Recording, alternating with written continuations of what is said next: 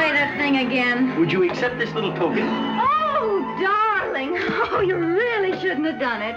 Oh, Louis, I just can't accept this. Oh, please do. No, really, I just can't. All right, give it back. Put your hand over that leak. They might hear it.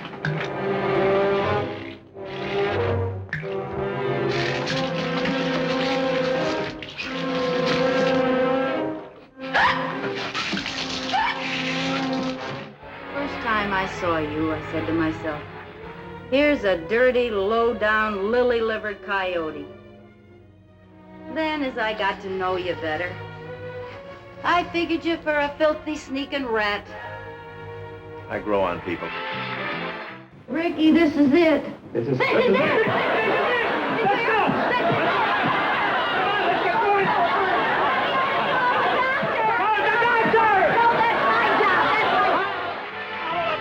Estúpida que he conocido. Tú eres la persona más estúpida que he conocido en toda mi vida. Estúpida de hacer aquí con la... If you're going to bawl me out in English.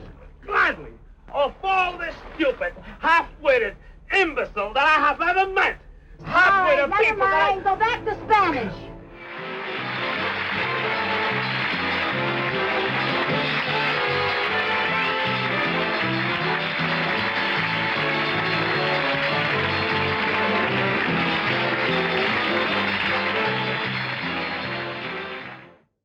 Lucille Ball, America's first lady of laughter, the glamorous Hollywood showgirl who was not afraid to get a laugh, even at her own expense. She dyed her hair and became everyone's favorite redhead. But Lucy changed more than her hair color.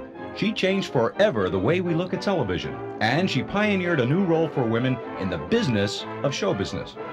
She created an image that was so real, so familiar, and so ingrained in our national memory that it is sometimes difficult to remember if Lucy was only a television character or really our favorite next-door neighbor. Lucille Ball was born on August 6, 1911, in Sullivan, a suburb of Jamestown, New York. Her mother, Desiree Hunt, known as Dee Dee, was married to Henry Ball, a telephone lineman. The family moved to Butte, Montana, and in 1915, Henry Ball died in a typhoid epidemic. Dee Dee, pregnant with her second child, Freddie, returned to Jamestown to live with her father, Fred Hunt. Grandpa Fred was a real character who loved to take the kids on shopping excursions to Jamestown. It was during these trips that young Lucy was first exposed to show business in the form of vaudeville and the movies. Silent stars like Tom Mix and Pearl White became her idols. Helping to fuel her desire to perform was Edward Peterson, Lucy's stepfather, who encouraged her to get involved in school plays. After appearing in many school plays and with local Jamestown players, Lucy, just 15 years old, convinced her mother to enroll her in the John Murray Anderson Robert Milton Dramatic School in New York City. But New York in the 1920s proved to be a very lonely place for Lucy. Shortly after starting school, her mother was notified that she was wasting her money. Young Lucy became shy and withdrawn, especially after watching the school's star pupil, Betty Davis. Lucy later said, "I was terribly frightened. I never really put forth my personality. Betty Davis was the star pupil, and there was nothing shy about her." Lucy left school and landed a job in the chorus of a road company production of Ziegfeld's Rio Rita, but she was fired after 5 weeks of rehearsal. Hoping to glamorize her image, she even tried changing her name to Diane Belmont, but it didn't help. She did find work modeling in the garment district, but it wasn't enough, and Lucy's quest for another acting job was taking a toll on her health. At the age of 18, she found herself back in Jamestown attending high school. But Lucy wasn't done with New York yet. She returned in 1929. Working various day jobs, she would spend her off hours doing the rounds of producers' offices. Her initial break came when she was hired to pose as a Chesterfield cigarette girl on billboard displays, which in turn landed her a job as a model for dress designer Hattie Carnegie. But one day while modeling, she experienced severe pains all over her body and collapsed. It was later diagnosed as physical exhaustion complicated by rheumatoid arthritis, and it forced Lucy to once again return to Jamestown. She recalled that experience on a 1970 Dick Cavett program. Can you remember anything that seemed like the low point of your career where you thought... Yes, when I was ill. If you don't have your health, forget it. Yeah. When was that? From the time I was 17 to 20. I didn't walk. I was very run down, malnutrition. And I got rheumatoid arthritis, pneumonia. Could this have had anything to do with the way you were living, the way you were eating? Oh, the way entirely. You were... Yeah. Not eating, not taking care of myself, and not getting enough rest. I was working both day and night. I was making all of $50 or something. And cold, I didn't have the proper clothes here in New York. And I got very, very ill. And I didn't walk for about 2 years. Lucy again returned to New York in 1933, and on a hot summer day, Lucy's life would change forever. One hot day, I was walking down the street in July, and someone said, "How would you like to go to California?" And I said, "I'd go any place to get out of this heat." And I went upstairs in the Palace Theater building, and some girl's mother had just yanked her out of a lineup that was leaving. That was a Wednesday, and they were leaving on Saturday, and she couldn't go, so they were stuck. And no time to test anyone, and they needed to produce 12 showgirls for Sam Goldwyn. So because I was tall enough, and because I was a model, and because I was a Chesterfield cigarette girl for that season, I fit the bill. And I went out, and I've never been back. And I've never been out of work. On July 19, 1933, a train pulled into Hollywood with 7 women who had been chosen to work as Goldwyn Girls. Number 7 was Lucille Ball. The Goldwyn Girls had been created in 1929 for Eddie Cantor's film Whoopee, and each year a new batch of girls were brought in for Cantor's newest film. Lucy was scheduled to appear in the 1933 production of Roman Scandals. Her salary was $150 per week. Rehearsals were taking so long for Roman Scandals that during the delay, the studio put Lucy in bit parts in 3 films: Broadway Through a Keyhole, Blood Money, and The Bowery. By the time Roman Scandals began filming, Lucy had begun to learn her way around the studio, and she even managed to get a line of dialogue in the picture. Although inwardly shy, she became known around the lot as a clown and was willing to do anything to get noticed. She recalled those early studio days on a 1973 Merv Griffin show. From that, though, did a man one day, like in the movies, say, "Make her a star"? No. Huh? No, I said make her. Oh.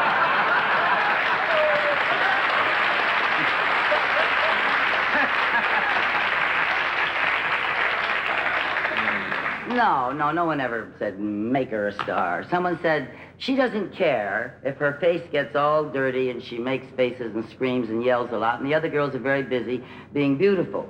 She isn't too beautiful, and she isn't too, she doesn't care what she does too much.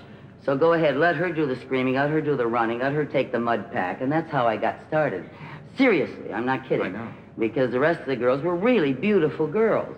And they didn't have to do that. All they had to do was just walk around and be beautiful. Well, I kind of hid in the background, but when there was something to scream about or wear a mud pack or do something physical, I was available, and they weren't. And that's how I got started. Eddie Cantor was the first one who said, try her. If the other girls don't want to do it, ask her. And what was the first thing you did solo? Well, I was in Roman Scandals, and it was a big musical. Yeah. Solo. Yeah, I mean, I didn't without solo for many without years. all those other girls with feathers. Well, it was in some of the first Eddie Cantor picture that I got my first chance to do those things because nobody else wanted to do them. During 1933 and 1934, Lucy appeared in 10 films for Goldwyn, including Bottoms Up with Spencer Tracy and Kid Millions with Eddie Cantor. But Lucy wasn't happy, and in 1934 she left Goldwyn, took a $25 a week pay cut, and went to work at the smaller Columbia Pictures, where she hoped she could get more work in comedies. She even worked in a 1934 Three Stooges short, Three Little Pigskins. Her stay at Columbia was brief. As 1935 came to an end, the studio decided to cut costs and let go many of its young contract players, including Lucy. It was an especially hard time for Lucy because she had just brought her whole family, including her mother, brother, and grandfather, out west to live with her. In early 1935, a friend of Lucy's told her that RKO was looking for new faces for a talent school which was being run by Leela Rogers, Ginger Rogers' mother. Ginger and Fred Astaire, along with Katharine Hepburn, were the top names on the studio roster. Lucy landed a bit part as a fashion model in the film Roberta. Based upon her impact in the film, Lucy was given an RKO contract. In quick succession, Lucy appeared in many RKO films, including the classic 1935 Top Hat. In addition to roles in feature films, Lucy also appeared in comedy two-reelers like the 1935 short So and So. I'm Sally Curtis. Oh, Mrs. Campbell is expecting you. She's in the living room. Thank you. This is Sally Curtis. How do you do? I am all excited to meet such charm, such beauty, senorita. Because of Lucy's stunning looks, the studio often used her in fashion layouts, which also helped to keep her in the public eye. And in 1936, she won the title of Best Dressed Girl in Town. 1936 also found Lucy appearing in another Astaire Rogers film, Follow the Fleet. In the film, Lucy played one of Ginger's friends. Also appearing with Lucy were Betty Grable and Harriet Hilliard. The three actresses would remain friends for life.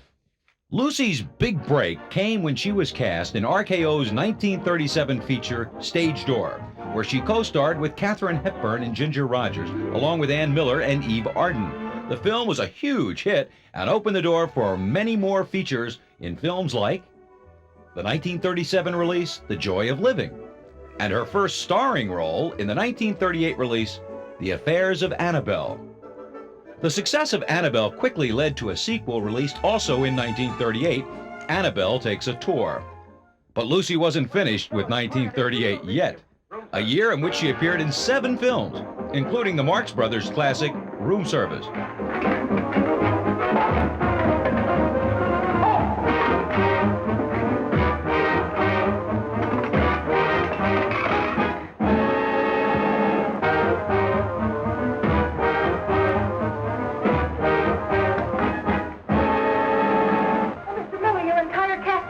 They've been locked out of their rooms.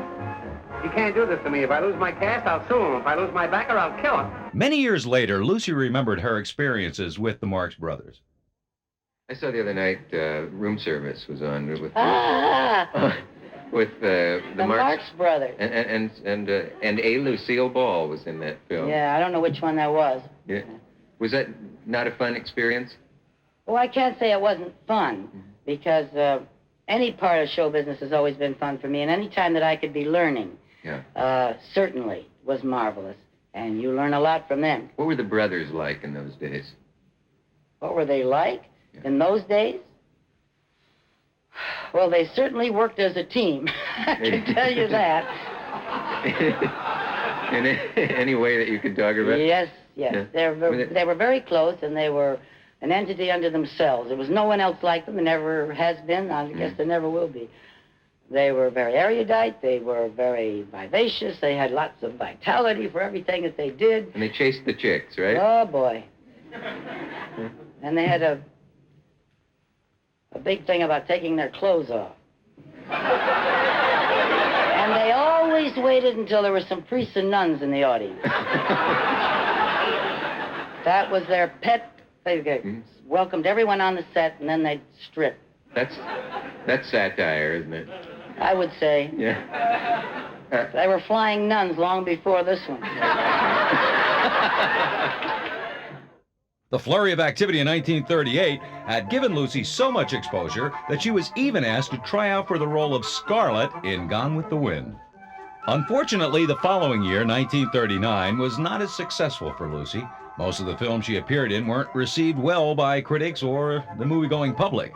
Among them were Five Came Back, Beauty for the Asking, in which Variety even pleaded, Lucille Ball deserves better material than she is getting, and the film credited as the worst of Lucy's B-picture efforts, Panama Lady. Surviving 1939, 1940 was looking up. Lucy was preparing for the RKO musical Too Many Girls. Along with her co-stars Eddie Bracken, Richard Carlson, and Ann Miller, the movie featured a 23-year-old Cuban conga player, Desi Arnaz.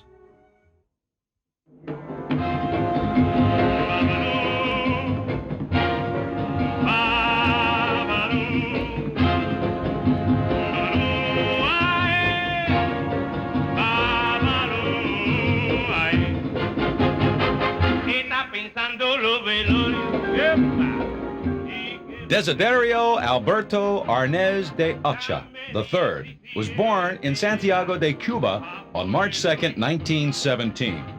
In Cuba, Desi's family had been wealthy. At 16, young Desi had his own boat and a stable of horses. But a 1933 revolution forced Desi's father, who had been mayor of his town, to flee to Miami. Later, Desi and his mother joined him. For a time, it was an impoverished existence.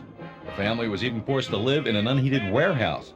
Young Desi earned money cleaning out bird cages in a pet shop. In 1937, he got a job as a guitarist and became the principal singer with the popular Xavier Cugat Band. Later, Desi formed his own rumba and conga band, which capitalized on the Latin music craze that was sweeping America. In 1939, Desi was cast in the Rodgers and Hart Broadway musical Too Many Girls. His show-stopping conga routines earned him a ticket to Hollywood, where RKO was doing the film version of the show. While in rehearsal for the movie, some of the cast decided to go dancing, and Desi asked Lucy, who was 6 years older than he was, to join him. Co-star Ann Miller remembers the evening. It was like love at first sight when he was first introduced to her. Lucy's eyes lit up.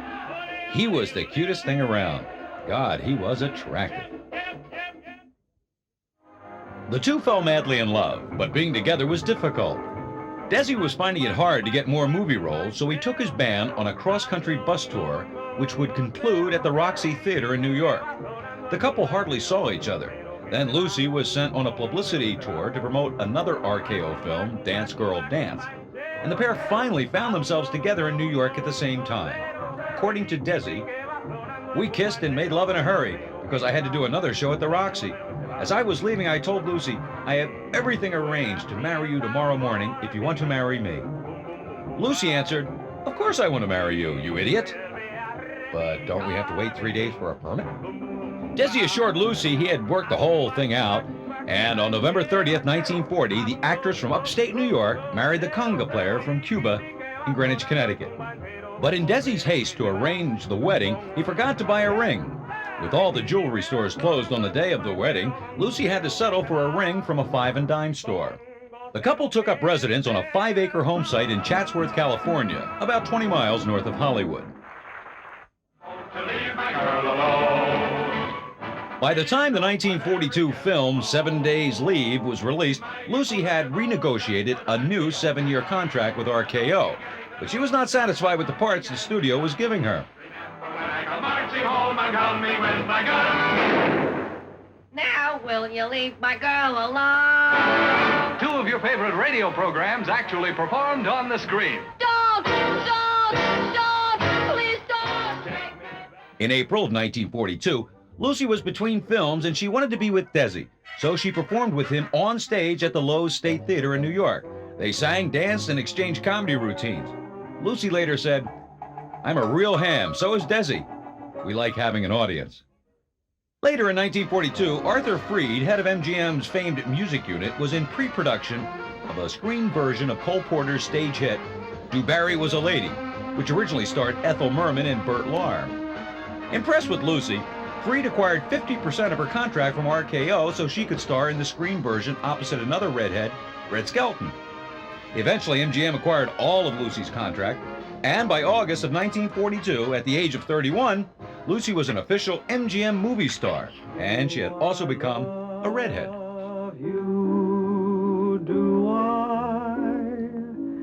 Doesn't 1 and 1 make 2?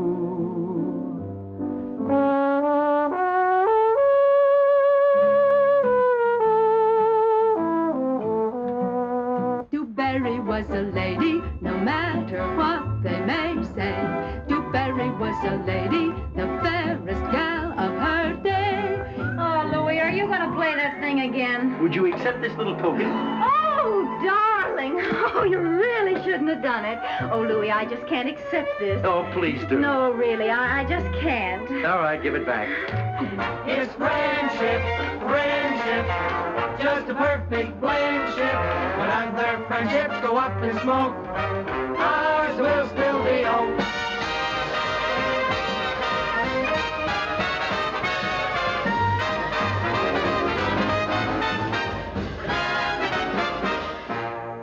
Good evening, friends.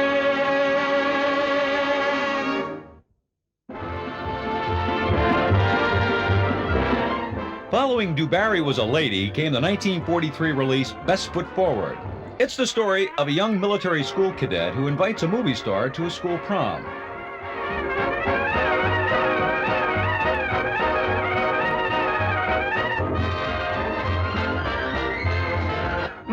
stereo frame. Before I trust you with it, Sonny, you'd have to get 2 co-signers. I know we've never met, we've never seen each other. But my instinct tells me that you're young and gay and beautiful. Thanks, Bob. A gremlin.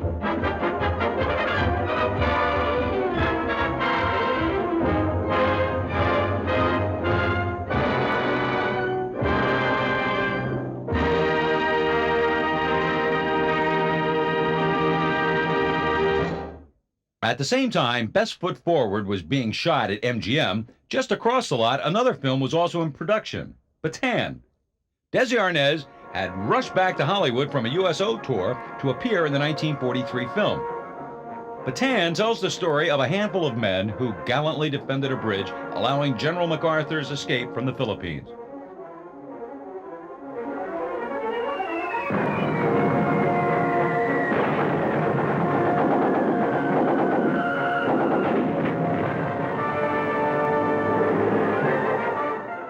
Bataan received raves, and Desi was awarded the Photoplay Award of the Month for his performance in the picture.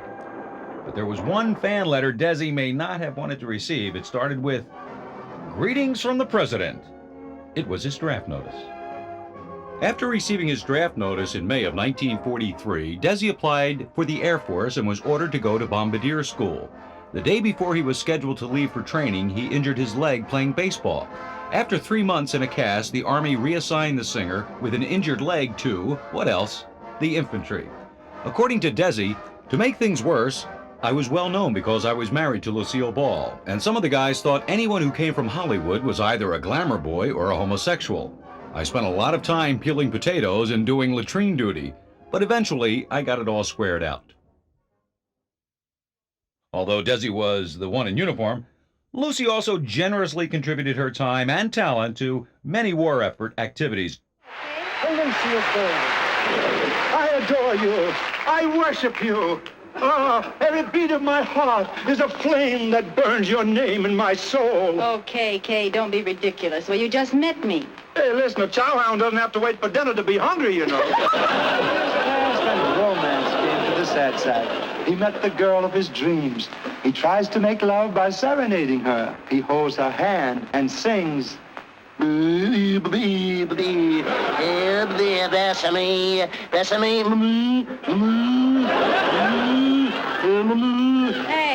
what am I going to get, a kiss or a quart of milk?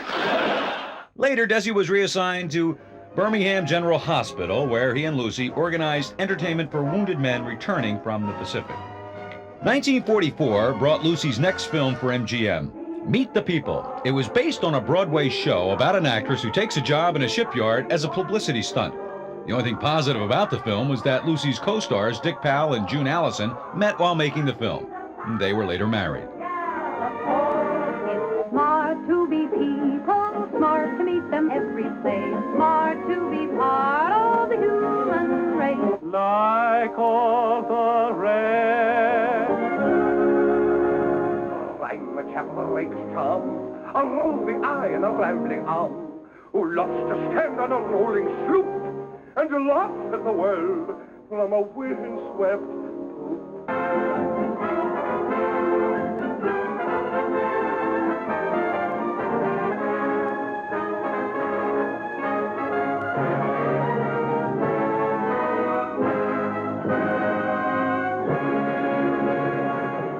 A down period followed for Lucy.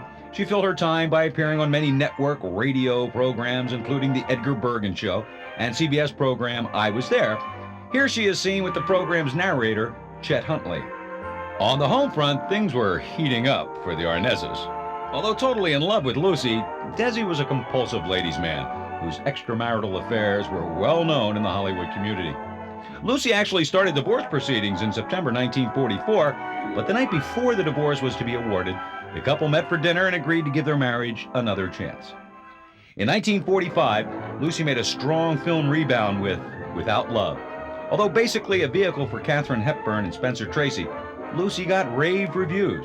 Time magazine said, Lucille Ball handles her wisecracks so well, it could set up a new career for her. Well, that's a surprise for Jamie. Oh, well, the surprise is on you. I just left Jamie in the arms of Paul Carell. Lucy's next MGM assignment was the 1945 Bud Abbott and Lou Costello in Hollywood. The thin plot involves Bud and Lou running amok in a fictitious Hollywood studio. Lucille Ball actually played herself in this cameo appearance. By the way, this was the only MGM film to feature a star's full name in the title, and in this case, it was really two full names.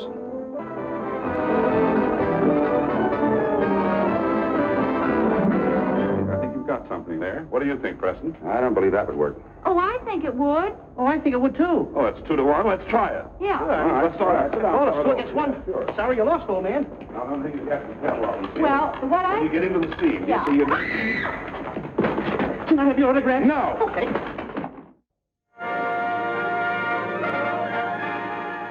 The 1946 release, The Ziegfeld Follies, was actually scheduled to be released in 1944, but bad audience reactions caused retakes and additional scenes to be added. The film was finally released 2 years after initial production had started. Like Abbott and Costello in Hollywood, Lucy had only a small role in the all-star film. Lucy finally established her comedy credentials in the 1946 release, Easy to Wed.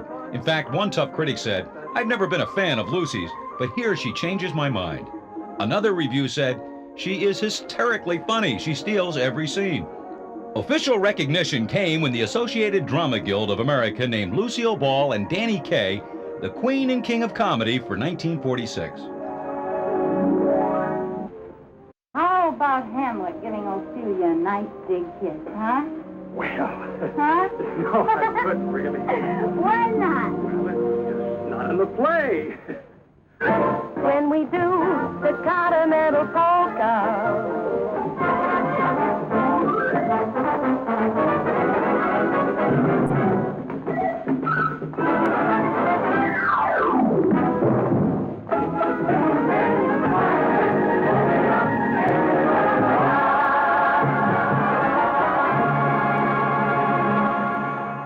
The post-war years were putting a tremendous strain on Lucy and Desi's already shaky marriage.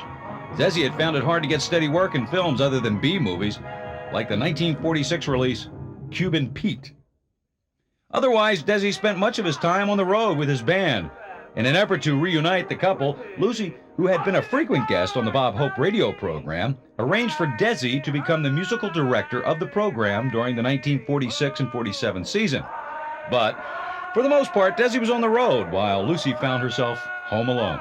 Lucy wanted children very badly and was quoted as saying to Desi, "You can't have children over the phone." Earlier that year, Bob Hope, having worked with Lucy on radio, suggested she co-star with him in Paramount's Sorrowful Jones. The film made twice as much money as some previous Hope vehicles, and Lucy was given much of the credit for the film's financial success. Sure, get in, Sorrowful. No thanks, I haven't got my water wings here. Sorrowful can tell you, all dolls are nothing but headaches. Because a big, beautiful doll like Lucille gets them all tangled up with gangsters, and a cute little doll like Mary Jane gets them all tied up with a horse. Stop! You can't come in here. It's okay, he's my brother. I'm taking him to the psycho ward. Thinks he's a horse. During the filming of Sorrowful Jones, CBS Radio offered Lucy the starring role in Our Miss Brooks. She turned the part down, but suggested CBS use her friend Eve Arden for the role. In 1947, Lucy was under contract to Columbia, and she could earn as much as $150,000 per picture. But while waiting for a new film project, Lucy decided to appear in a stage comedy, Dream Girl. Lucy opened at the Biltmore Theater in Los Angeles to rave reviews, and CBS once again approached Lucy to star in another radio situation comedy, My Favorite Husband. Lucy agreed. The pilot episode aired on July 5th, 1948. Lee Bowman played Lucy's husband, but due to other commitments, Bowman was replaced by actor Richard Denning. After some revamping, the program became a hit. Lucy was being paid $3,500 a week for just a few hours' work. It's time for My Favorite Husband, starring Lucille Ball. Hello, everybody.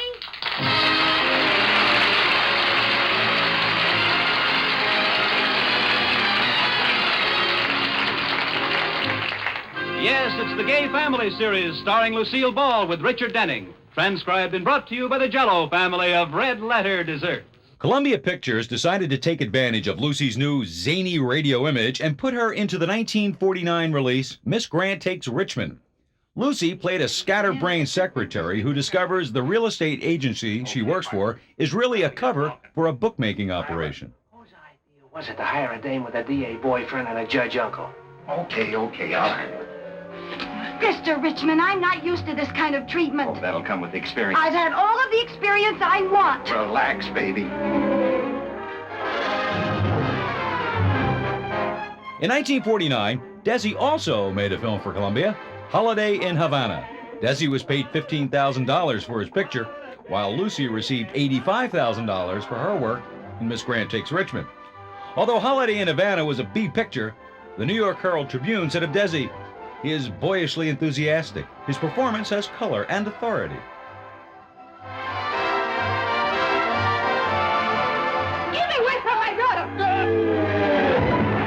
I know all I want to know. And about me, too? No. Not nearly enough about you.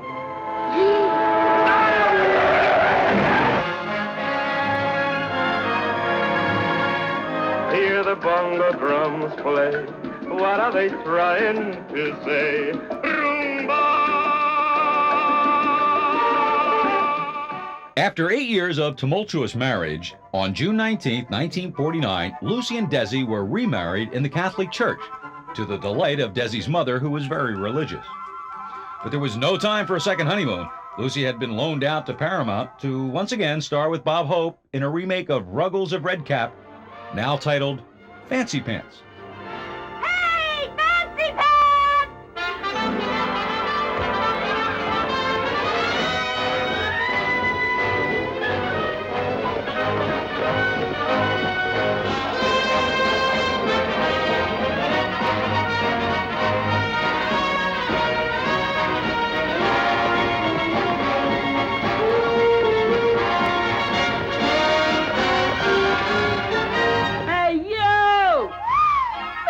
Pants. Run to Mama for protection. How's your stamp collection?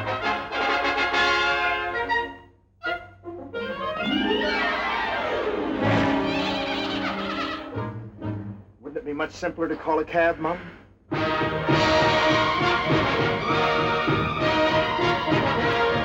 Indians, Indians. Oh, woe is me, what goes with me? I hate this living I've chose for me. Tired of meeting misery. Shoulda never roamed and left at home cooking. Home cooking. Life is cruel, I was a fool to roam.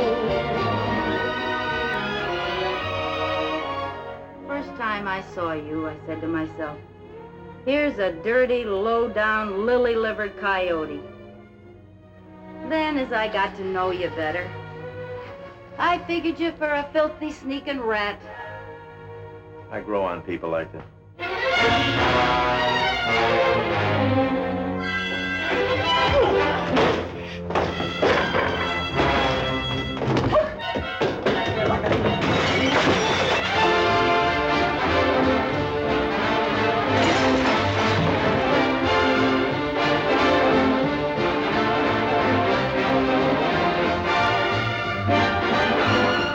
By the late 40s, it was clear that television was the coming medium, and CBS began to think about moving My Favorite Husband to television. Lucy actually made her TV debut on December the 8th, 1949, on Inside USA with Chevrolet, a review hosted by Peter Lynn Hayes. But for her next appearance, Lucy insisted that Desi appear with her in a hope CBS would consider giving the couple their own show. Lucy and Desi made their first joint TV appearance on The Edwin Show, December 24th, 1949. All that remains is this poor quality kinescope. While CBS pondered Lucy's television future, Columbia Pictures put her in The Fuller Brush Girl.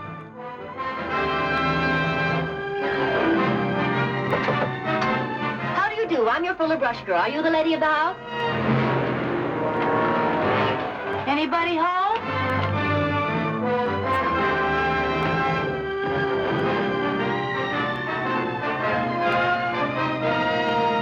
The blame on me, boy.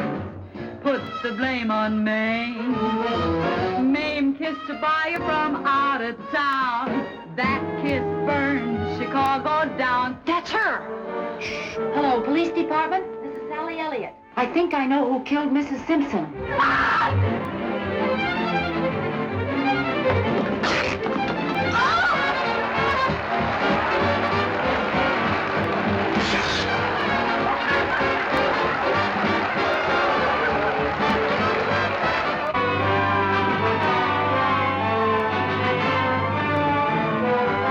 It might be in here. Put your hand over that leak. They might hear it.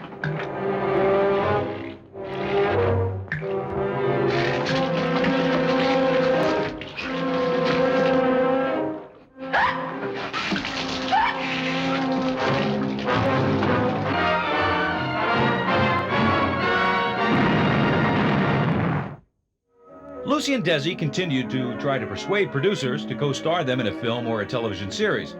She was told that the public would not believe she was married to Desi. To try and prove their point, the couple put together their own stage act and in 1950 toured the country with it. It was also the year that they formed Desilu Productions, named after their ranch in California. In 1950, Lucy had one more film left in her Columbia contract. She was approached by Cecil B. DeMille to appear in The Greatest Show on Earth for Paramount. Lucy begged Harry Cohn, Columbia's boss, to let her do the film. But Cohen wanted Lucy to break her contract with Columbia, so he sent her a script for a terrible film called The Magic Carpet, hoping Lucy would reject it and break the contract, saving Cohen $85,000. But Lucy accepted the role. What she didn't tell Cohen was that she was pregnant. Legally, Cohen could have refused to allow an expectant mother in a movie, forcing Lucy to give up her last film for Columbia and her salary as well. Later, Cohen reportedly told Desi, "Congratulations, you're the only man who has ever gotten his wife pregnant, screwed Paramount Pictures and Harry Cohn all at the same time." Well, then I shall buy it from you. I don't wish to sell it. I pay a good price.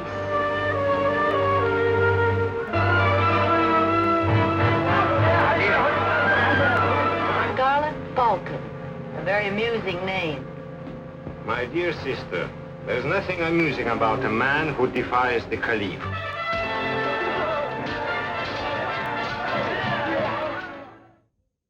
In 1951, CBS was still convinced the public would not accept a television show where an all-American girl was married to a Latin man. But now NBC had expressed interest in a Lucy and Desi TV vehicle.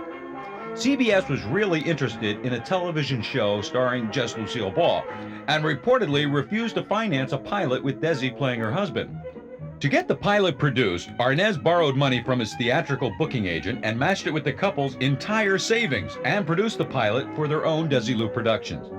Jess Oppenheimer, Bob Carroll, and Madeline Pugh, Lucy's radio team, were assigned to the project. In the original story plot, the couple would play Larry and Lucy Lopez, or essentially themselves, a movie star and a bandleader. The script was based on the couple's recent nightclub act, but as the shooting date approached, the format, along with the couple's names, were changed. This is how Jess Oppenheimer described the concept when he registered it with the Screenwriters Guild. He is a Latin American bandleader and singer. She is his wife. They are happily married and very much in love. The only bone of contention between them is her desire to get into show business. The pilot was performed live before an audience and also kinescoped at the CBS studios in Hollywood on March 2nd, 1951. It was directed by Ralph Levy of the Burns and Allen Show. The story revolved around Lucy finding out that her husband, now called Ricky, was going to audition for a television program. Lucy wants to be in the act, but Ricky refuses, saying, "I don't want my wife in show business." After the pilot was finished, Lucy and Desi's agent, Don Sharp, made the rounds of ad agencies in New York trying to sell the program. The initial reaction of some sponsors was not positive, but on April 24th, it was announced that Philip Morris had agreed to sponsor the program. But the Philip Morris Company did not like the idea of the program being done live in Hollywood and an inferior quality kinescope sent to the East Coast for airing. They stated, "We did not buy a program where only 15% of the audience sees it clearly and 85% see it through a piece of cheesecloth." But Lucy, now very pregnant, was determined to have a normal life and live on the West Coast. Finally, after many heated discussions, Desi hit upon the idea of filming the show using 3 cameras in front of a live audience. To absorb the additional expense of filming, Desi and Lucy agreed to a $1,000 per week cut in pay, but in turn, they received complete ownership of the films after they were aired. A few years later, they sold the shows back to CBS for $4.5 million. You know, I think if it wouldn't have been for Lucy, I would have stopped trying a long time ago because I was always the guy that didn't fit. When she did My Favorite Husband on radio, they said that I wasn't the type to play the part. Then finally she wanted to do the television show, and she says, well, I want to do it with Desi. So everybody again said, well, he's not right to play your husband.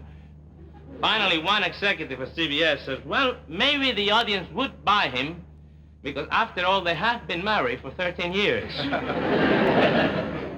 With the business end concluded, the staff went about making changes for the new series. The pilot was titled The Lucille Ball and Desi Arnaz Show. The new title would be I Love Lucy. Lucy and Ricky Ricardo would live in a New York brownstone, 623 East 68th Street, a fictional address. Lucy's radio show, My Favorite Husband, had featured Gail Gordon and Bea Benaderet as Lucy's neighbors, and Lucy wanted them to continue their roles on the television series. But Gordon had already contracted to appear on Aramis Brooks, and Benaderet had started a new role as the neighbor on the Burns and Allen show. But who would play Lucy and Desi's landlord and neighbors, the Mertzes? As it turned out, one of Lucy's first choices for Fred Mertz was actor James Gleason, who had appeared with Lucy in the 1949 Miss Grant Takes Richmond. But he wanted $3,500 per week. William Frawley, a 64-year-old veteran character actor whose specialty was playing gruff but lovable roles, heard about the part and called Lucy personally. Lucy and Desi liked him, but rumors that Frawley had a drinking problem made CBS and Philip Morris a little concerned. They finally agreed. Director Mark Daniels suggested a 39-year-old actress, Vivian Vance, for the role of Ethel Mertz. Vance was currently appearing on Broadway in Voice of the Turtle, so Desi and Mark Daniels traveled to New York to meet with her. Lucy couldn't go because she had given birth to her daughter, Lucy Arnaz. Vance said later, I didn't even know what a TV series would mean, but if a movie star like Lucille Ball was willing to take a chance, I would also. After a search of various locations, General Services Studios Stage 2 was selected as the studio location for the series. The studio was named the Desilu Playhouse. It consisted of 4 permanent sets, 2 of the Ricardo's apartment, the 3rd was the Tropicana nightclub, and 4th set was for any other scenes that were needed. Bleacher seats for about 300 people were installed. Production costs were about $25,000 per week, with an expected profit of $5,000 to $7,000 per show.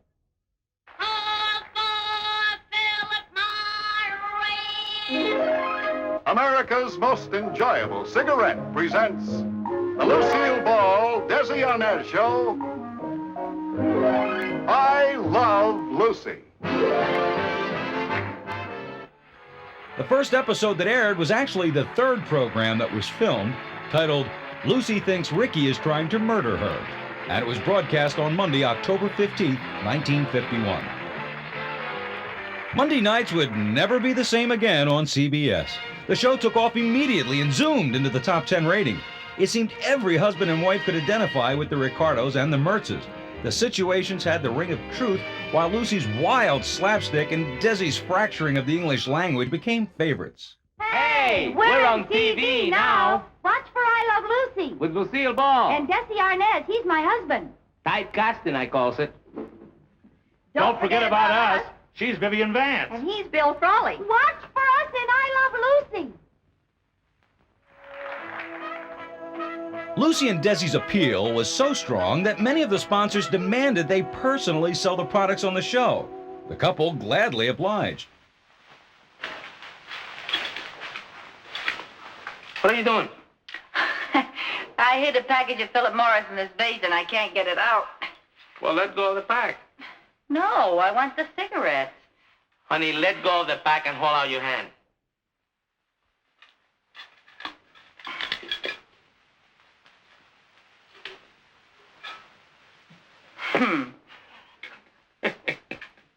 You know, ladies and gentlemen, these new Philip Morris Kings are really wonderful.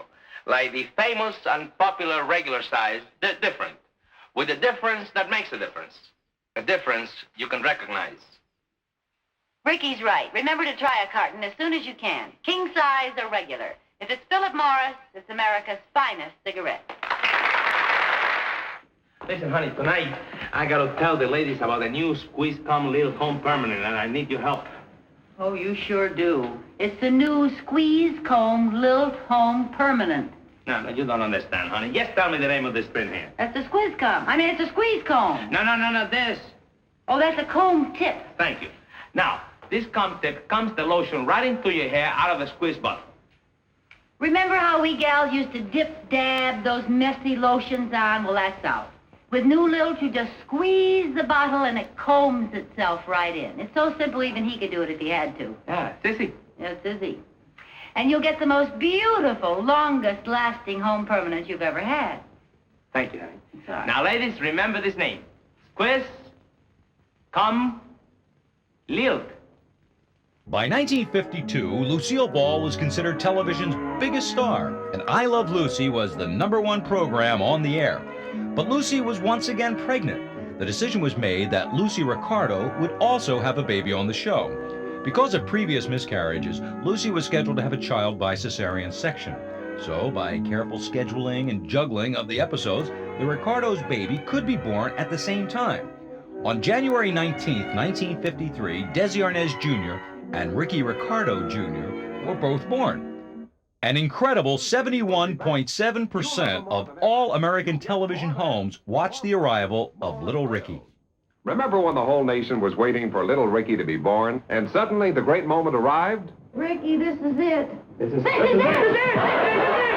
go!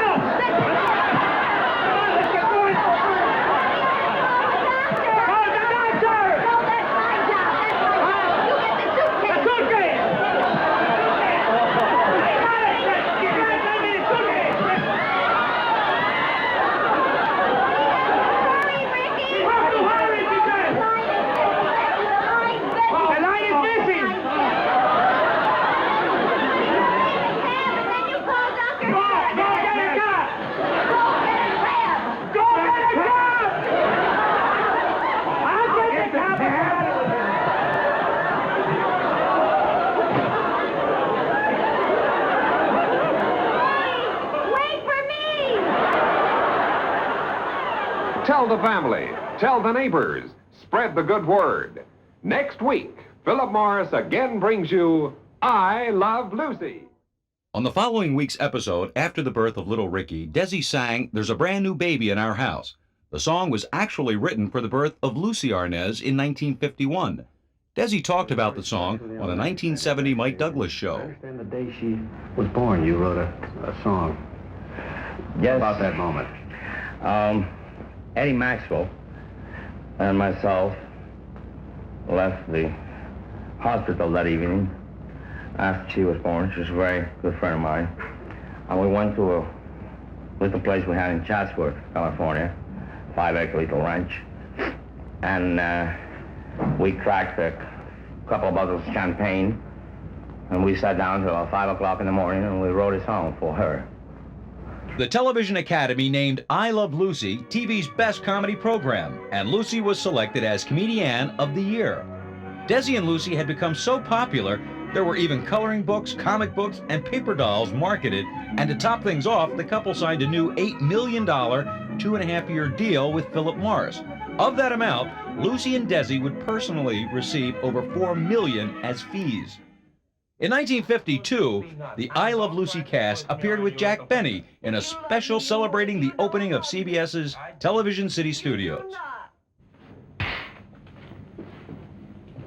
Action! Fran and Ethel should be here in a minute. Well, here they come now. Ricky Ricardo, for the last time, are you going to let me be in that act or not? No. Hi. Hi. Come on, let's go home. I don't care. We might as well go home if it isn't going to be fun. I want you to see the new line of chorus girls. Oh, on second thought, my dear, I don't want to spoil your evening.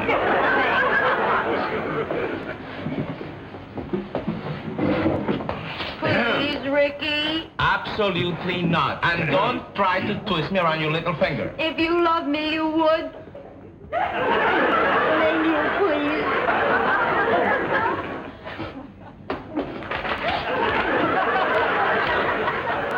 doing here?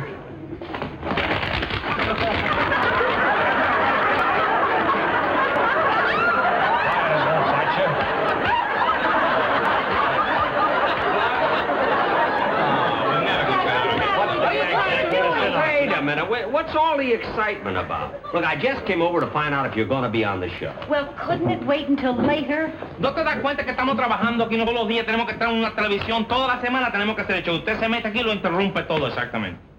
Oh, then you are going to be on the show. Desi. Action. Ricky, aren't you finished yet? What are you talking about? I just got here. Haven't you even taken your shower? Oh, I'll turn it on for you. You're going to be late. Say, listen, you ought to talk to Fred about that shower. You know, it stays cold for the longest time, and then it suddenly changes to scalding. I know. Oh, no.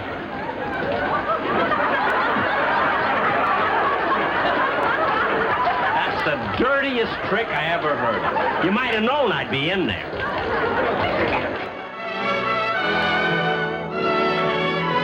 In 1953, Lucy and Desi signed with MGM to star in The Long, Long Trailer. Their fee was $250,000, one of the most expensive deals in MGM's history.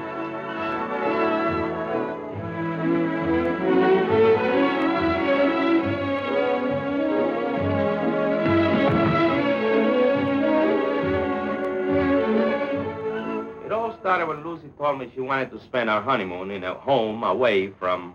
Home. Only $1,800. And that's complete, mind you. Everything is included. All this furniture. Chairs, sofa, bed, stove, refrigerator, shower bath, everything. Absolutely everything. Well, it's kind of roomy at that. Wonderful closet space. Where? That's the living room. All hilarity breaks loose as we hit the road in a blaze of glorious matrimony. There's nothing like travel to bring two people closer together, especially when you meet other people like Keenan Wynn and Marjorie Main and a mob of other merry characters. Now, don't you worry about your little wife. She's going to be right as rain in the morning. She don't know it, but I gave her a sleeping pill. Bye now.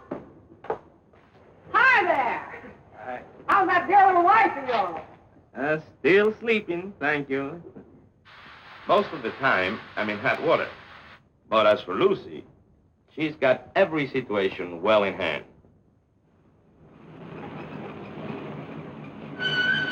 I didn't tell you to turn right. You said turn right here, and I turned right. You didn't let me finish. I was trying to tell you to turn left. What I was trying to say is you turn right here, left. Turn right here, left. Exactly. Lucy's also the greatest helpmate a husband in trouble ever had. Now listen, everybody, quiet.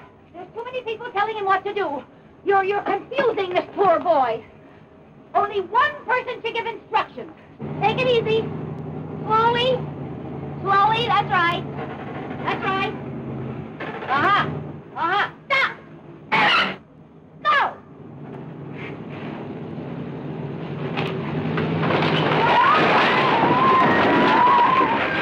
Every honeymoon has its ups and downs, but when you go on a honeymoon with Lucy, it's just a breeze.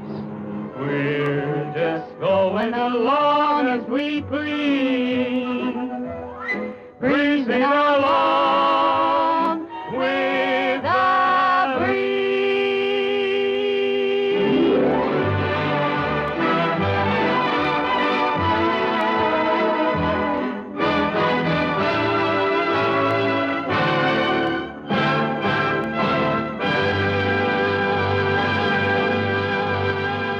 Ed Sullivan and his Toast of the Town, named America's #1 TV variety show. To help promote the Long, Long Trailer's 1954 release, the cast of I Love Lucy appeared on the Ed Sullivan program, Toast of the Town. Although they used their real names, the sketch has all the qualities of an I Love Lucy show. Honey, where's the sports session? The spore session. Desi, why do you have to spread the Sunday papers all over the living room? That's the only way I can read it. Look, dear, isn't it cute? Yeah, real cute. Lucy! Again? We already done that bit. Relax. This is for Eve Arden's new baby. Oh.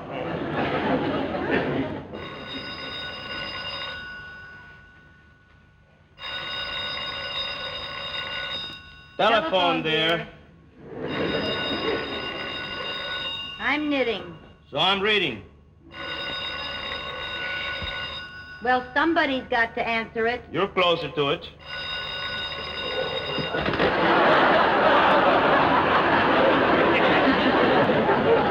Now I'm not. Hello? Who? What? Hey, just a minute, please. Who is it? I think it's somebody from a bakery. A bakery? Yeah, a guy called Solomon. Ed Solomon. Ed Solomon. He says he's selling toast in this part of the town.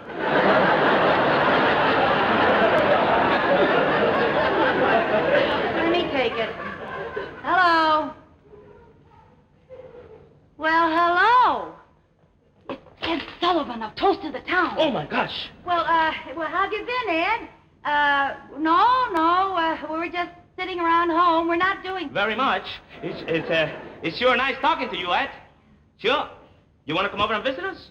Wonderful. No. Sure, right away. Sure. Where are you? You're at the gas station. Well, we'll see you in a couple of minutes, Ed. Okay, bye. No, Ed. Oh, Ed. What's the matter with you? We don't want him to see the house looking like this. What's the matter with it? It looks fine to me. For heaven's sake. Honey, why don't you let him see us the way we really are? You know, natural, with no pretense. The show is called The Toast of the Town, not Crumbs of the Town. And put your shoes on. Why? He knows I got feet. Oh.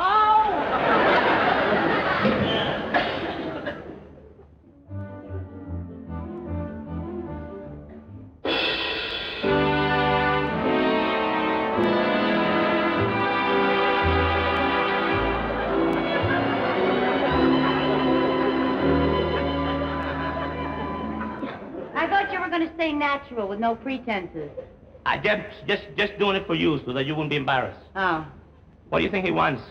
Well, I don't know. He probably wants us to come and see his show when we're in New York. Oh? And, be introduced from the audience. Oh, yeah, I seen him do that. Yeah. Yeah, people sit down and introduce him.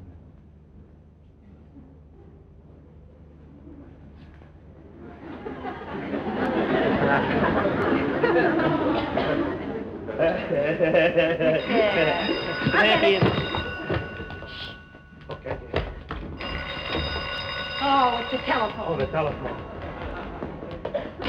Hello? Oh, hi, Don. Yes, he called. Yeah, he's on his way over. He is? He isn't. He isn't. He is. He isn't. Well, is he or isn't he? Oh, well, Don, that's just wonderful. Thanks so much for calling. Oh, Desi, isn't that wonderful? Oh, this is the greatest thing that's ever happened to us. Just think, you and I, aren't you excited?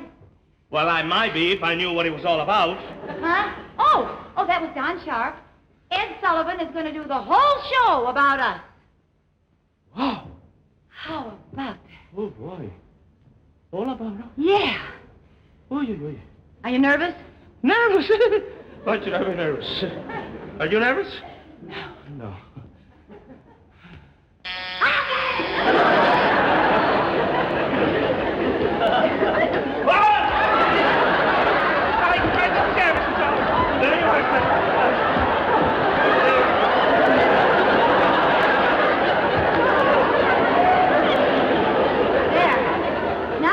Sullivan, you had something you wanted to say to us? Yeah, but I'm so winded. I thought when you came out of New York, I'd love to have you on Toast of the Town. You'd like us to take a bow from the audience? Sure, honey, that's what he means. Oh, sure. No. I want to do the whole show about you too. About us? Oh, my heavens, Desi, did you hear that? Ed, did you hear? Oh, you told me, yeah. Toast of the Town and the whole slice about us. Do you take the highlights of your career, the way you started in movies, then the way you met and got married, then television. But, now, to discuss it, if we could only start off with that first film you ever made, the You mean the pilot Yeah, film? the film. I got it right here in the house. Would you like to see it? Oh, that'd be just wonderful. Yeah. Wonderful. Yeah, honey, run it down as far as the clown bit, huh? The clown bit? Okay. Yeah. And by the way, first, could I have a cigarette? Oh, right here, Ed.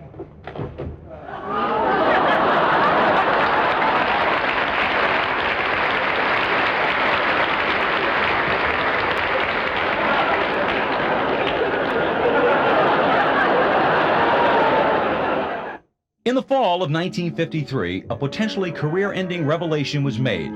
A Senate committee investigating communists in show business found a 1936 document in which a 24-year-old Lucy had declared she intended to register in the Communist Party.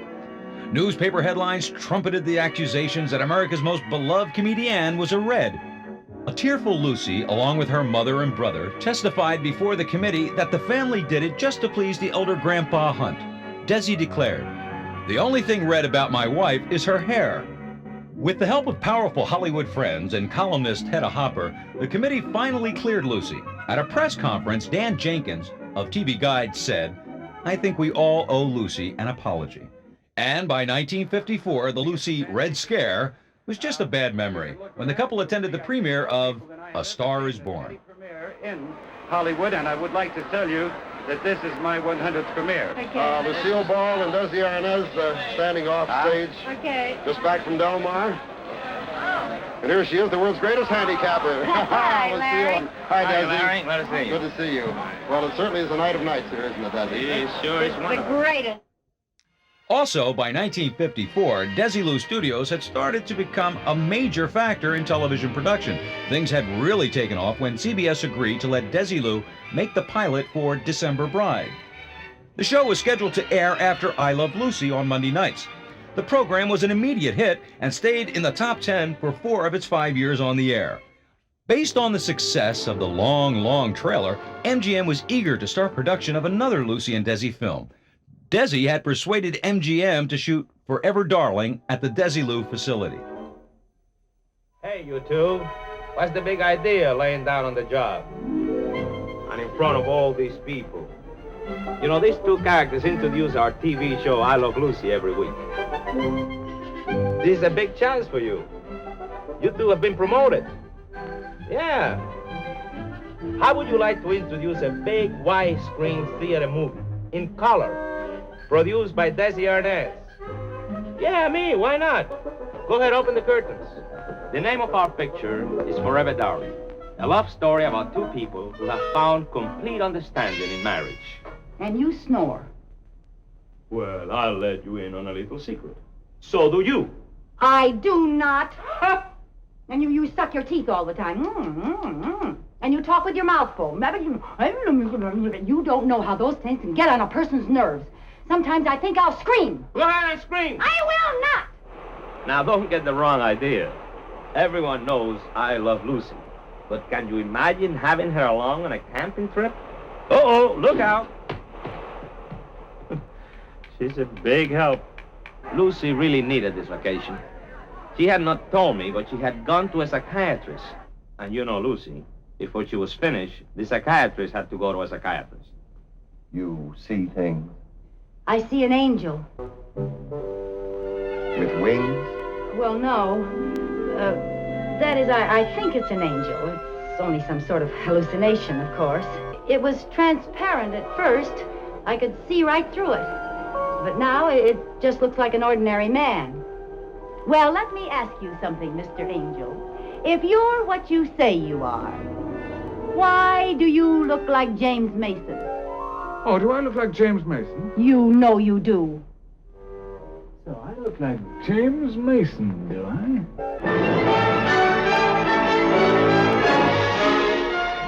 There are many moments like this in the picture. And believe me, it was a little damp. No, la persona estúpida que he conocido. Tú eres la persona más estúpida que he conocido. You're going to bawl me out in English. Gladly, of all the stupid, half-witted imbecile that I have ever met. Half-witted never people mind. Go back to Spanish. I'm sure you know the stars of Forever Darling. The light of my life. I hope you know who this is. The other fellow here is supposed to be an angel.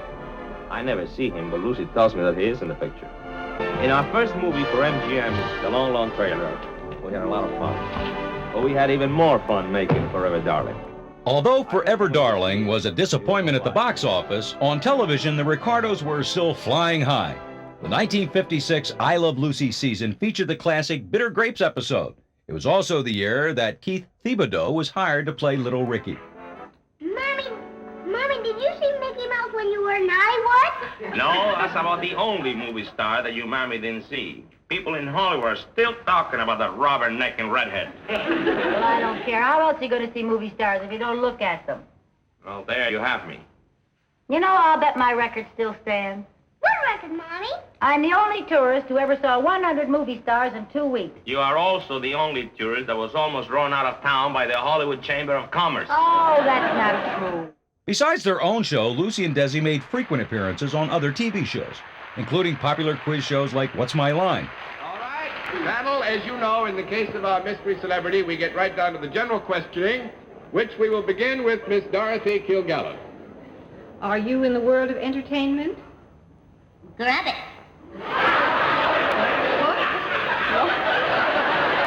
What did you say? What did it say? I asked the same question, Miss Dorothy. That was Martian talk. It means yes. Are you in what might be termed show business rather than the athletic world? Reindendorf and Skyboing. That's yes, too. That means yes.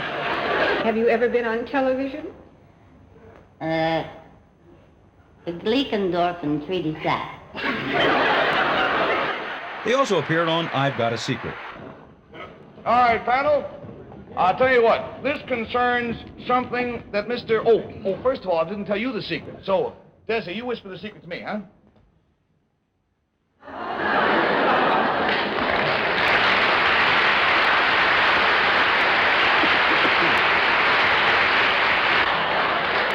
$60 down, and Lucy, you're on. It's up to you now to uphold the honor of the panel. Is it something tangible? We were in there with that one, huh? Is it something tangible? I don't think so. I don't think it's... What does it mean? Yeah, it's something he does for a living. I would disqualify that answer, wouldn't you, actually? Well, I was trying to throw him a bad curve there at the beginning. We'll disqualify that answer, yeah. Yes, he does not do this for a living, and he does it of his nature. He does it because he likes to. He just does it because he likes to. Yeah. That's correct.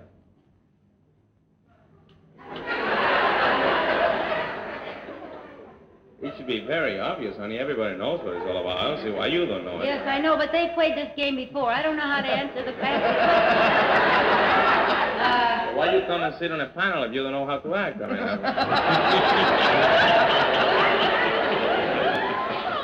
because you told me to.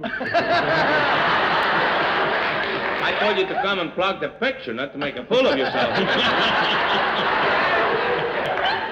Play the game, ask some questions. Well, Come on, I plug the picture. If I happen to make a fool of myself in the middle of it, I can't help it. Forever, darling, forever, darling, forever, darling. You did that already. Now play the game. Be smart now. Up, up, everybody up. That's it, now. Something, is it something soft and furry? Did he say something soft? Frangible. Frangible? No. What is it? What did he say? It's Something... not tangible, so it can be soft and Oh, furry. it's not tangible. Is it something, he has a secret, and it's something not tangible, and it's something, that he I doesn't love make to do. That you love to do. That's right. Intangible. That's right. I Love Lucy?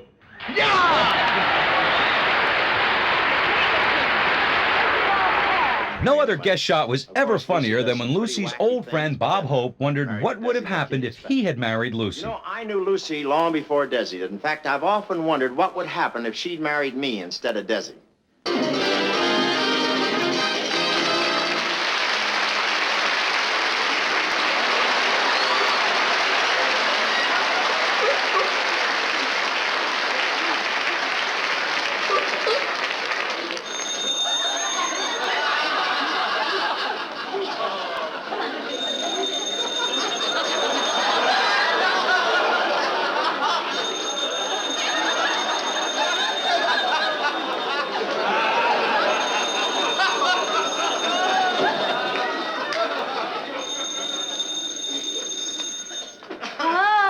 Lucy, what are you up to? Well, I had a chance to get into show business, and I took it.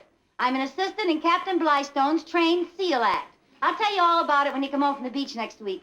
We are back. I'm down at the corner delicatessen. We'll be home in 5 minutes. Don't bother me with your problems. I got troubles of my own. Well, what am I supposed to tell Fred? Don't tell him anything. Just come on up here and I'll think of something. Okay. Okay, bye. All right, baby. Mother's coming.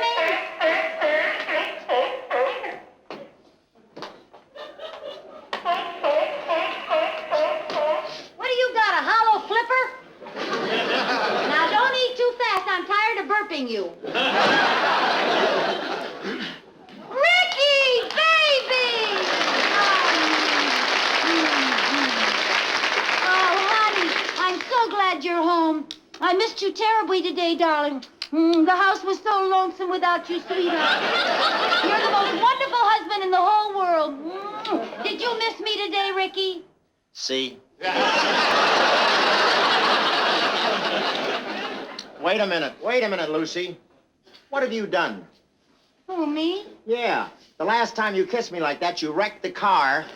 The insurance company canceled all my insurance on everything, and you did my laundry in the whirring mixer. What are you talking about? I give you a kiss every day. I know, but this is October. You just kissed me all the way through Lincoln's birthday. That's the way it is with you hot-blooded Latins. Yeah, I guess so. You're too suspicious. Now, I haven't done a thing.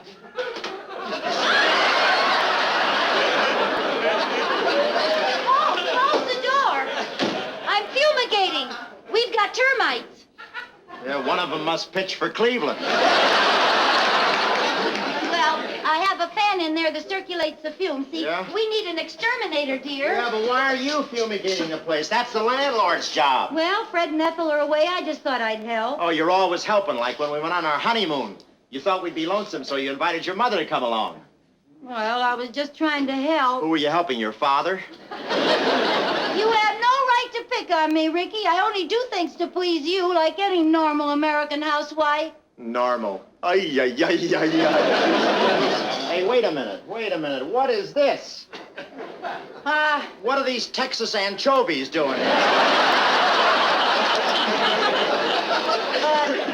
That's my first dividend. I joined the Herring of the Month Club. Oh, that's good thinking. On a dull night, we can get marinated together. Oh, you kidding. I gotta get some sleep. I got a very important audition tomorrow morning. An audition? Yes, I'm sort of auditioning for the Havana Symphony Orchestra. Oh, honey, how wonderful. Is it a big orchestra? 100 pieces, 99 bongos and a sweet potato. Stupendo, I'll see you.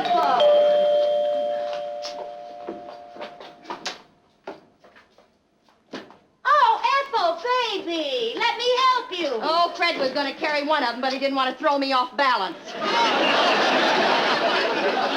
Honey, where is Fred? He tipped the cab driver 10 cents by mistake, and he's trying to talk him out of it. Fred, I'm in here.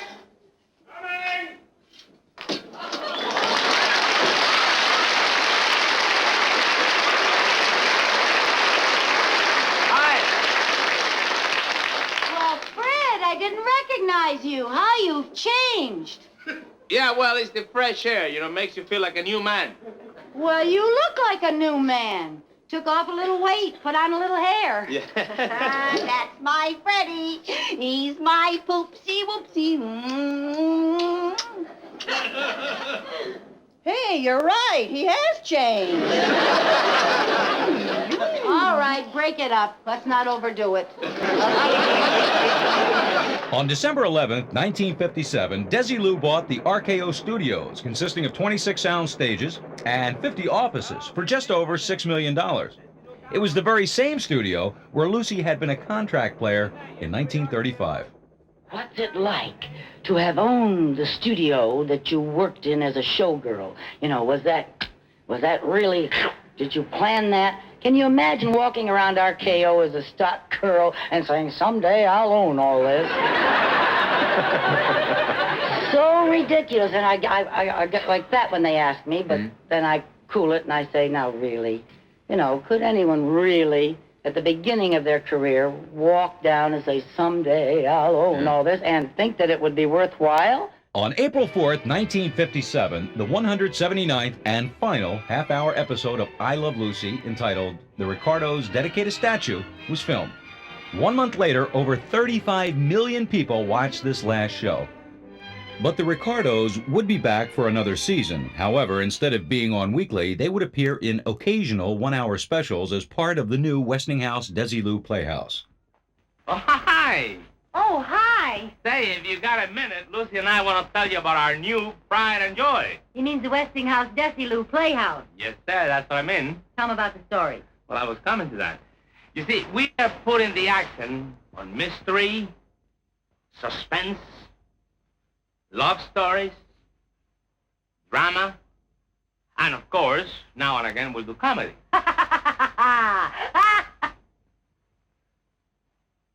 I'm going to be here every week as your host, and we'll both be around for our special Lucy shows. With the Mertzes and little Ricky. They know that. Oh, you think they know that? Of course. So you'll be sure to be watching the Westinghouse Desilu Playhouse. On this station, now don't forget.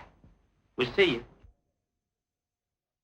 For those fans who just couldn't get enough of the half-hour I Love Lucy shows, Desi's foresight to film the shows gave CBS a valuable library of high-quality reruns which began airing in prime time The Someday Lucy Show. and later as a daytime series. If wash day blues are getting you down, why fight 'em? Start your day the Lucy way and enjoy the zany antics of lovable Lucy as she clowns into all kinds of head-on situations. Be sure to watch I Love Lucy.